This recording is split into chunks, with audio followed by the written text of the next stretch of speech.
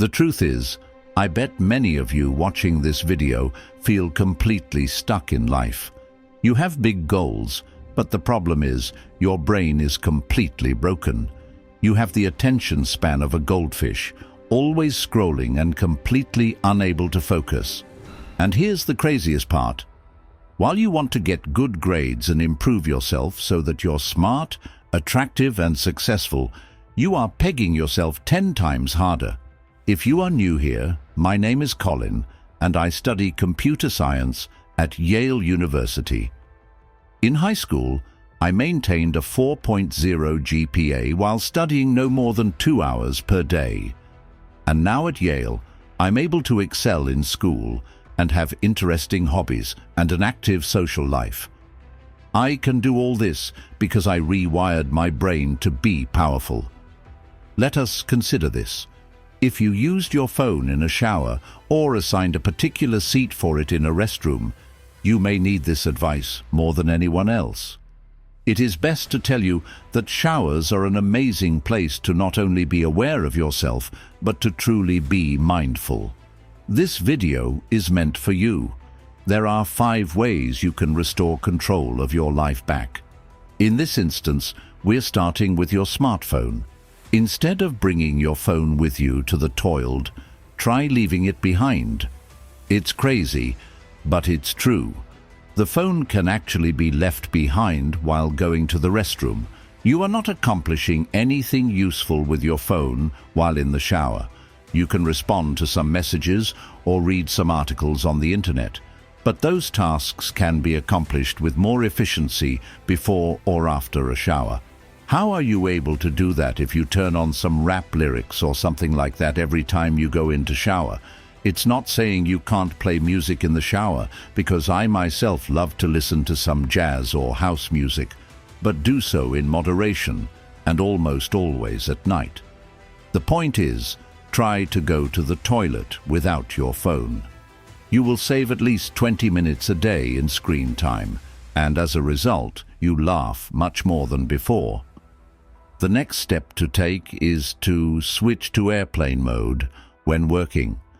I mean, when you are planning to do some serious, deep work, for instance, studying or writing or creating. Guys, this is one of the most powerful habits you can start doing to help yourself work less and earn more, or study less and get better grades. Guys, the moment you take away distractions by turning on airplane mode, or do not disturb on your phone, such a simple way to reach the flow state. Oh, Colin, but what if I have an emergency to deal with? I have had this question, and you know what? I don't need to solve this buying another phone just to empty out my BIPOC relatives. But honestly, it is 99% of the time. You'll be fine. Don't worry about it. So the next time you have to do some work unlocks the flow state. Try turning on airplane mode or do not disturb. Now, the next thing you can do to fix your brain is to walk more.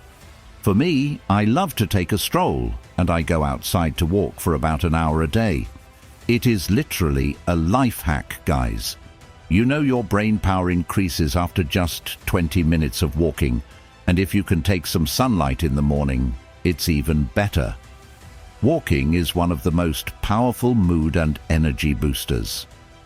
Honestly, this along with other ideas help me the most as well. Clear me on ideas. And if you can get 8,000 steps, which I am pretty sure is not so hard and difficult, you will gradually have an aesthetic, lean physique. This means that if you are in high school, this can easily be done in between your lessons or even after school when you are at home. In college, it is equally simple. You can do it between classes, drink coffee, and go for a walk with a friend afterwards. So, start walking outside more. This will greatly improve your mental power, and you will feel much more cheerful. The next habit that you want to start adopting is reading more books. Reading books is the quickest way to improve your brain, since they change the hardwiring of your dopamine systems to derive pleasure from knowledge. Personally, I like reading about business, power, self-psychology and self-help, and I try to read around 10 to 15 minutes a day before I go to bed. But what I would suggest is you read what you love until you love reading. Guys, reading is one of the easiest ways to become smart and gain wisdom. You do not need to go through years of knowledge because it can be summed up in a couple of pages. Due to an addiction of sorts, I've been reading a book every 2 weeks, starting at the age of 15. Currently, I purchase books on a monthly basis during college. If you're just starting out, I recommend reading Atomic Habits by James Clear or Feel Good Productivity by Ali Abdaal. To lesser extent, you can read whatever you find enjoyable. Reading a book a month is something I would also recommend, but it should only take 5 to 10 minutes a day before going to sleep. Now, the last tip I have is to have more enjoyable conversations with family and friends. Having more intellectual conversations allows you to solve problems as well as get inspired.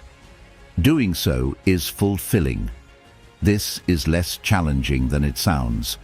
The only thing you need to remember is that you have to be as real as possible. You owe it to yourself. Lightheartedness is essential. You must be able to enjoy life without being overly serious. Another thing that I added in my routine in college is playing basketball or ping pong with friends, or just doing something physical. This helps me relax, socialize, and have fun at the same time. When your mind is able to recharge and be present in the moment, you're able to work or study with much more focus. That's such a great feeling, but that's going to be it for this video. I just know that if you guys follow any of these tips, even one, your lives will improve in some way. I hope this video has been beneficial to you. If so, pass it on and help a friend. As always, God bless. I know we are all going to win one day. I'll see you in the next one.